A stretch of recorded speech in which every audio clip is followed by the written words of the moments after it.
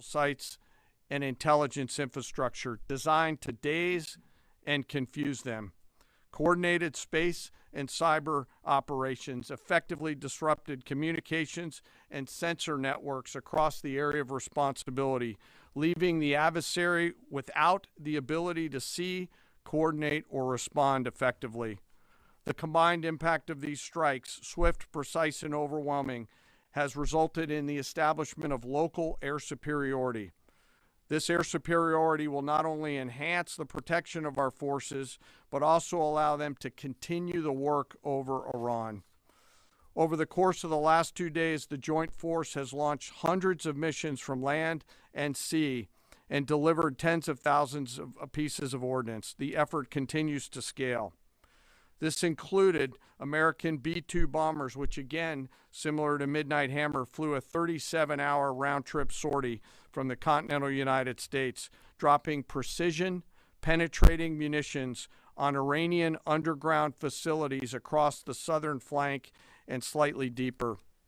Additionally, Israel has separately executed hundreds of sorties against hundreds of targets. Beyond Air Force and Navy aircraft strike packages, coordinated salvos of precision standoff weapons from across the region have neutralized hundreds of pre-planned targets. As I mentioned earlier, in support of these kinetic operations, U.S. Cybercom and Spacecom have continuously layered effects to disrupt, disorient, and confuse the enemy.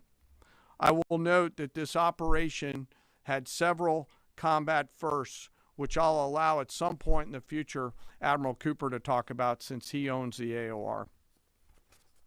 While we've prosecuted a relentless offensive campaign, our defense has been equally important. Across the theater, operations have remained steady and disciplined. Once again, our integrated air and missile defense network is performing exactly as it's intended. U.S. Patriot and THAAD batteries, along with ballistic missile defense-capable Navy destroyers, continue to coordinate and execute intercepts with precision and consistency. I wish that every American could hear the voice communications like I have as these joint operations centers remain calm, focused, and cool while executing under fire over and over again. Collectively, these systems have intercepted hundreds of ballistic missiles targeting U.S. forces, our partners, and regional stability. The threat from one-way attack UAVs has remained persistent. Our systems have proven effective in countering these platforms, engaging targets rapidly. Each intercept represents hundreds of hours of training, readiness, and technology all coming together to work as designed. We will remain vigilant in the counter-UAV fight. And the defense of the region is not ours alone. As the threat grew, our partners surged in beside us. Air defense batteries in Qatar, the UAE, Kuwait, Jordan, and Saudi Arabia joined the fight, proof positive that years of training, trust, and hard-earned integration pay off. I am aware of the loss of 3 U.S. Air Force F-15Es overnight in the region. I am grateful for the safety of the crews, and we know that this was not from hostile enemy fire. As this matter is under investigation, I'll not comment further on this. Let me close. Operations will remain active across the theater and across the globe. The U.S. forces are postured not only to maintain pressure, but to respond and adapt as required. Operation Epic Fury stands as a reminder of what the United States military uniquely delivers: the ability to project power on a global scale with speed, surprise, precision, and overwhelming force when and where our nation requires it. What we've demonstrated over the past several days reflects years of investment in readiness, joint integration, and professionalism of the Joint Force. As major combat operations continue across CENTCOM, we remain engaged globally. America's Joint Force retains the credibility, capacity, and flexibility to respond to any contingency anywhere in the world at any time.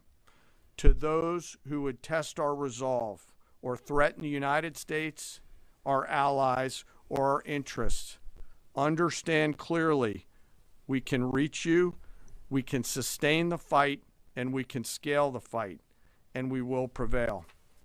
To the American people, your joint force remains steady, frosty, calm, and focused.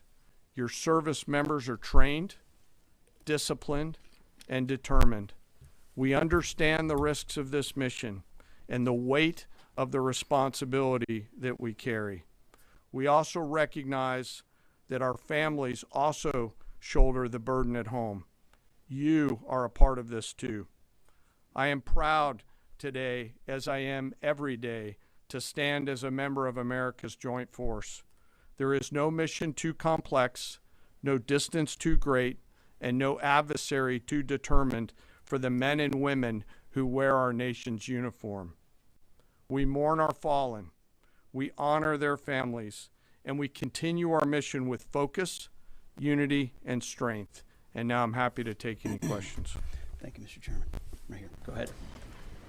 Thank you for your time. What percentage of Iranian long-strike capabilities are still in the fight, and what is our exit strategy here, and when will it be deployed?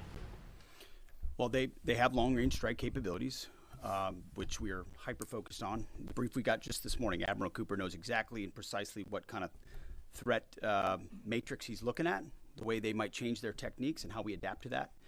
So we're making sure the theater commander has absolutely everything he needs. I mean, one of the things the chairman mentioned is for months and months, even before we built up, we ensured that we had maximum defensive capabilities in theater to allow the president the decision space in the future. So even before this build up in the last 30 days, we discreetly brought defensive assets in to make sure, understanding that there are Iranian capabilities. As far as time frame, I would never hang a time frame from our perspective.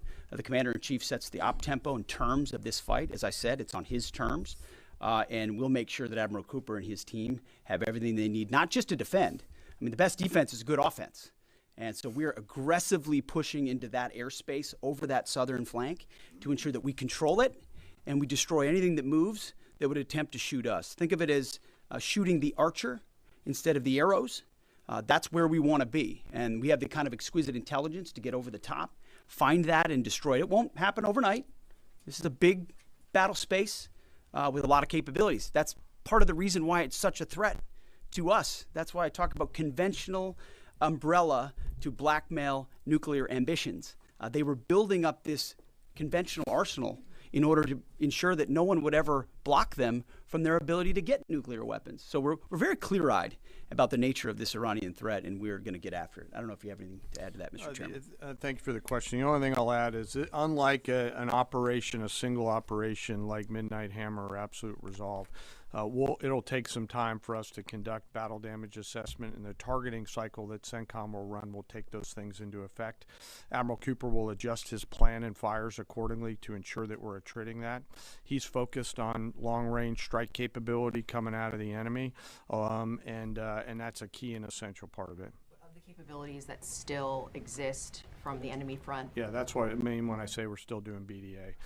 Normally we'd be able to see a singular thing and we'd assess pretty quickly. He's doing offense and assessment simultaneously, so it'll take longer for us to assess than it would in a single operation. Secretary Hegseth, thank you. Reagan Reese with the Daily Caller. Two questions for you. The president said yesterday in his video message that we will leave Iran when we complete all of our objectives. What are our objectives, and can you share more information on how the soldiers who were killed were killed? Well, I laid out the objectives, as did the chairman. They're completely nested. I mean, Iran has an ability to project power against us and our allies in ways that we can't tolerate. So whether that's ballistic missiles and drones, so offensive capabilities, effectively their navy, which would attempt to set other terms and impose different costs, drone capabilities, which we laid out there, and ultimately, though, this tying it back to Midnight Hammer, the president has been willing to make a deal. You can't have a nuclear bomb. Radical Islamists can't have a nuclear bomb that they wield against the world. He gave them every single opportunity. Then we precisely took it away. And even then, after that, they didn't have that. They didn't come to the table with a willingness to give it away. So ultimately, those nuclear ambitions, which never ceased, are something that had to be addressed as well. So that's a discrete sense of what's being addressed here to ensure that they can't use that conventional umbrella to continue a pursuit of nuclear ambitions. And then as it pertains to the U.S. casualties, that particular incident was, you have air defenses and the lot's coming in and you hit most of it, and we absolutely do. We have incredible air defenders. Every once in a while you might have one, unfortunately we call it a squirter that makes its way through, and in that particular case it happened to hit a tactical operations center that was fortified, but these are powerful weapons. So we certainly will do, as I said, moments like that, as we remember them and we take care of them and take care of their families, only stiffen our resolve to ensure that we do this properly. Thank you. Yep. Right here. Thank you, Secretary Hegseth. I had two questions for you. First, are there currently any American boots on the ground in Iran? No, but we're not going to go into the exercise of what we will or will not do. I think it's one of those fallacies for a long time that this department or presidents or others should tell the American people, and our enemies, by the way, here's exactly what we'll do. Here's exactly how long we'll go. Here's exactly how far we'll go. Here's what we're willing to do and not do. It's foolishness. And so President Trump ensures that our enemies understand we'll go as far as we need to go to advance American interests. But we're not dumb about it. You don't have to roll 200,000 people in there and stay for 20 years. We've proven that you can achieve objectives that advance American interests without being foolish about it. Now, will we be bold about it? Are we willing to be decisive about it? Do we put months and months of planning into what kind of effects we want to achieve? Absolutely. But going forward, why in the world would we tell you, the enemy, anybody, what we will or will not do in pursuit of an objective? We fight to win. We fight to achieve the objectives the President of the United States has laid out, and we will do so unapologetically. Thank you. Is there any significance to Israel carrying out the strike to kill the Ayatollah? And I wanted to know, what was your immediate reaction to finding out about his killing? I think Israel did a great job in the conduct of that operation. President Trump put a 4-week timeline right on here. it. Are you Please. saying that's wrong? Yeah, thank you. You mentioned during the briefing, General Caine, that there would be additional troops sent to the region. Could you say how many troops currently are involved in this operation and how many additional troops are planned to go in this next phase? I don't want to talk specifics because that would tip the enemy off. We have more tactical aviation flowing into theater just based on the time it took to get it out there. I think we're just about where we want to be in terms of total combat capacity and total combat power for Admiral Cooper. One of the things, though, that a commander, he'll consistently assess the trajectory of the campaign. Is he on or off trajectory? And then make an ask of the joint force, which will then develop options for consideration by the Secretary and the President to either increase or in some cases decrease the amount of combat capability that we have over there. I heard the question about 4 weeks. It's the typical NBC sort of gotcha type question. President Trump has all the latitude in the world to talk about how long it may or may not take. 4 weeks, 2 weeks, 6 weeks. It could move up. It could move back. We're going to execute at his command the objectives we've set out to achieve. And what he has shown an ability to do that other presidents can't quite seem to have the aperture to do, well, I mean, Joe Biden didn't even know what he was doing, is to look for opportunities and off-ramps and escalations for the United States that creates new opportunities to execute what we need on our own timeline. So you can play games about 4 weeks, 5 weeks. He has all the latitude, and I'm glad he does, because there's no better communicator than our president expressing those things. To the Daily Mail. I've been in meetings with the president for the last 2.5 days. We know exactly where his headspace is, and he will communicate as he should exactly what he would like, and we will follow those orders. And I think everything he said on that is right down the middle. Chairman, did you have Absolutely. evidence Yes, right there. to Yes, sir. strike Thank you. first? Thank you very much, Secretary. I left my hometown of Sakis in Iranian Kurdistan in 1996. Can you promise that I will be able to return home safely this year? And I have a following question too, please. I appreciate the question. I'm not here to place guarantees on that, but I think the message the president has given has been clear to the people of Iran. This is your moment. The world was seized by these crowds, and then seized by the reality of this regime killing tens of thousands of innocent protesters. So we saw the nature of the regime yet again exposed. We saw many of the Iranian people seek a change there. This is their moment to take advantage of it, for sure. You served in Iraq and know that no American soldiers were killed in Kurdistan. The Kurdish people are very pro-American. Will you continue protect Kurdistan and Peshmerga as loyal ally of the United States? Why I'm asking this question?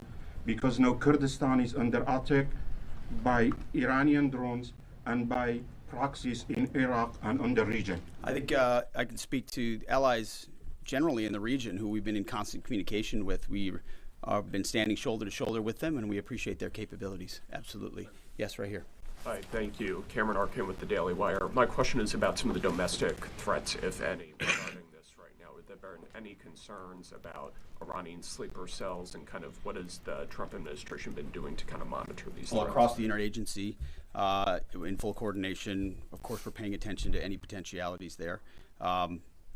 This is a former regime, that seeks to export that ideology and try to sow terror. We're ready for that. We've seen these types of folks before, and the American people can rest assured that we're vigilant on that. Right here. Secretary, thank you. Kind of a follow-up on that last question. There was just this, what appears to be a terrorist attack in Austin yesterday. How does that change the operation at all? What effect does that have? And It doesn't change the operation at all, and I know the authorities are executing exactly the way they should. Secretary Hegseth, and one for Chairman Caine as well. I understand, to your point here, that you don't want to broadcast everything for our adversaries to hear, but the American people also want to know what they're sending their men and women to war for. Is there a concern of this spiraling into a longer war? And then one for the chairman when you're done. Did you not hear my remarks? I mean, we're ensuring the mission gets accomplished, but we are very clear-eyed, as the president has been, unlike other presidents, about the foolish policies of the past that recklessly pulled us in to things that were not tethered to actual clear objectives. So we know, we have plans, we have generals, we have chairmen, we have commanders, CENTCOM commanders, Admiral Cooper, who's executing very deliberately to ensure outcomes that I laid out are accomplished. But we would never, in front of a press pool, lay out how long that may take. The mission for our warfighters, which is what matters to us, is very, very clear. And they're executing it right now violently. And just for the chairman quickly, I have one for the chairman. You said this is not a one-night operation. It will take time to achieve the goals. What would be the goal line here for you? I think the Secretary laid out the military objectives, and that's what we execute against, is the military objectives. Last one right here. Thank you, sir. As you've said, there are a large amount of U.S. service members that are in harm's way right now. What is your prayer for them? First of all, my prayer for them is that I do pray for them.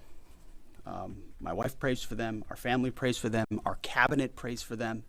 None of this is done on a whim. Having been in their boots, having been in their shoes, having been in their flight suits, I know we think about them with every decision that we make and every recommendation that we make to the President of the United States. Those recommendations are made prayerfully. And when I pray every day for them and for this mission, I pray simply for the biblical wisdom to see what is right and the courage to do it. It's going to take courage to follow through on this. There's going to be a lot of noise, and we pray for that, and we hope all of you do as well. Thank you very much. Appreciate it. Thank you.